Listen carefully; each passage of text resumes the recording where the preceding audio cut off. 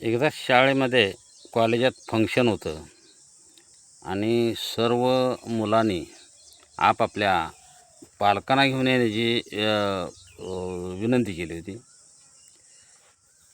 तर त्यातल्या एका हुशार मुलानं आपल्या वडिलांना एका अटीवर बोललं की तुम्ही शेवटच्या बाकावर बसायचं, शेवटच्या लाईनमध्ये उभं राहायचं, पुढं यायचं नाही. कारण का तर ते शेतकरी होते, दिसायला गबाळ होते, कपडे गबाळ, राहणीमाळ गबाळ, म्हणजे शेतकऱ्याचा पोशाख हा तसाच असतो. त्यामुळं त्याने येण्याचं, तशी अटीवर येण्याचं कबूल केलं. शाळेचं फंक्शन चालू झालं कॉलेजचं आणि कलेक्टरांचं आगमन झालं.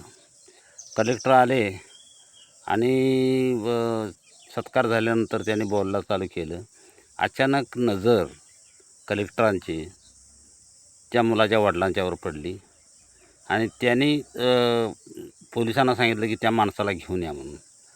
त्या माणसाला पुढं आणला, त्या मुलाच्या वडिलाला.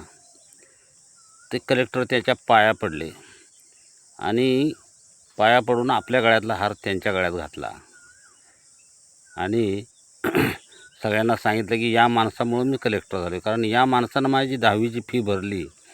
माझ्या वडिलांच्याकडे पैसे नव्हते त्यावेळेला या माणसानं माझी फी भरली, म्हणून मी आज कलेक्टर झालो आहे आणि इथं तुमच्यासमोर उभा आहे. हे ऐकल्यानंतर मुलाचा ऊर भरून आला आणि तो रडू लागला. त्याला त्याच्या चुकीची जाणीव झाली की गरीब असणारा, गचाळ दिसणारा माणूससुद्धा किती महान असू शकतो याची त्याला जाणीव झाली आणि तो घरी आल्यानंतर वडिलांच्या पाया पडला आणि माफी मागितली.